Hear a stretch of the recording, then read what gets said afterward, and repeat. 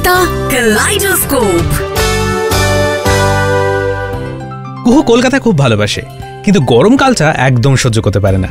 এই সময় কলকাতা এসে মাঝে মাঝেই হাঁসফাঁস করে। একদিন তো বেশ গরম, তার উপর আবার লোডশেডিং। হঠাৎ কুহু বলে উঠল, oh God, I just can't bear this heat. এই নে, এই তালপাতার হাত পাখাটা নিয়ে হাওয়া খা। What you mean? এই গরমে continuously I need to fan myself? Impossible. একটা সময় কলকাতায় যখন ইলেকট্রিসিটি আসেনি, তখন এই হাত পাখাই ছিল একমাত্র ভরসা, জানিস তো? ওহ, হাত ব্যথা করছে।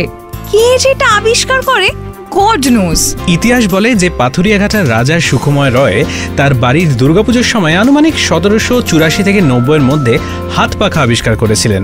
উফ, this man pulled fan so strenuous আবার কি? এটাই হাতের এক্সারসাইজ হয়। নে, কারেন্ট এসে গেছে।